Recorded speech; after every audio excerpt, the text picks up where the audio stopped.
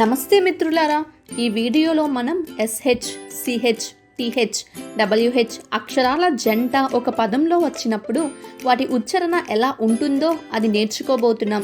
Words with SH. మిత్రులారా, S యొక్క శబ్దం సా, H యొక్క శబ్దం హ అవుతుంది. అయితే SH జంట యొక్క శబ్దం సా హ కాకుండా షా అవుతుంది. గమనించండి, SH ఈ జంట అక్షరాల శబ్దం అవుతుంది షా. పదండి మనం ఇప్పుడు SH తరువాత విభిన్న వోవెల్స్ ఉంచుదాం మరియు ఆ 3 అక్షరాల శబ్దం ఏమిటో నేర్చుకుందాం. మొదటి పదం SHIP. మిత్రులారా, మనం SH యొక్క శబ్దం షా అని నేర్చుకున్నాం కాబట్టి SHI యొక్క శబ్దం షీ అవుతుంది. P యొక్క ఉచ్చారణ ప కాబట్టి SHIP యొక్క ఉచ్చారణ అవుతుంది షిప్. షిప్ అంటే నౌక. పదండి తరువాత పదం చూద్దాం. పదం SHOP. SH యొక్క శబ్దం షా, SHO యొక్క శబ్దం షా, P యొక్క శబ్దం ప కాబట్టి SHOP యొక్క ఉచ్చారణ అవుతుంది షాప్. షాప్ అంటే దుకాణం. తర్వాత పదం చూద్దాం. ఆ పదం BASH. BA యొక్క శబ్దం బ్యా, SH యొక్క శబ్దం షా కాబట్టి BASH యొక్క ఉచ్చారణ అవుతుంది బ్యాష్ అంటే కొట్టడం. Words with CH. పదండి మొదటి పదం చూద్దాం.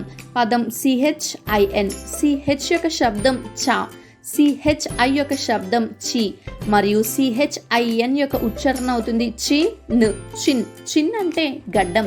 తర్వాత పదం చూద్దాం. పదం CHOP. CHO యొక్క శబ్దం అవుతుంది చాక్, P యొక్క శబ్దం ప కాబట్టి CHOP యొక్క ఉచ్చారణ అవుతుంది చాప్ అంటే తరగడం. తరువాత పదం చూద్దాం. పదం CHUR. మిత్రులారా, CHU యొక్క శబ్దం అవుతుంది చా, CHUR యొక్క శబ్దం అవుతుంది చర్ మరియు CHURCH యొక్క ఉచ్చారణ అవుతుంది చర్చ్ అంటే ప్రార్థన మందిరం.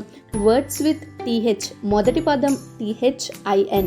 TH యొక్క శబ్దం థ, THI యొక్క శబ్దం అవుతుంది తి. దానికి మనం N కలుపుతాం. N యొక్క శబ్దం న కాబట్టి THIN యొక్క ఉచ్చారణ అవుతుంది తిన్ అంటే సన్నగా. తర్వాత పదం చూద్దాం. పదం THINK.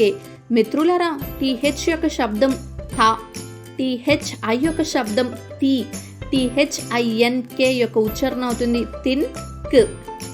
థింక్ అంటే ఆలోచించడం. తర్వాత పదం చూద్దాం. పదం THORN.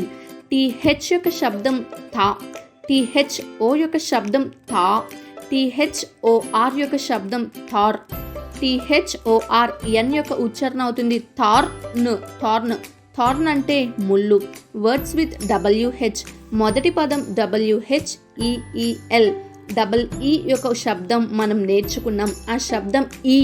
WH యొక్క శబ్దం వా, హా కాకుండా వా అవుతుంది కాబట్టి WHEEL యొక్క ఉచ్చారణ అవుతుంది వీల్ అనగా చక్రం. తరువాత పదం చూద్దాం. పదం WHEN. మిత్రులారా, ఈ పదం యొక్క ఉచ్చారణ అవుతుంది వెన్.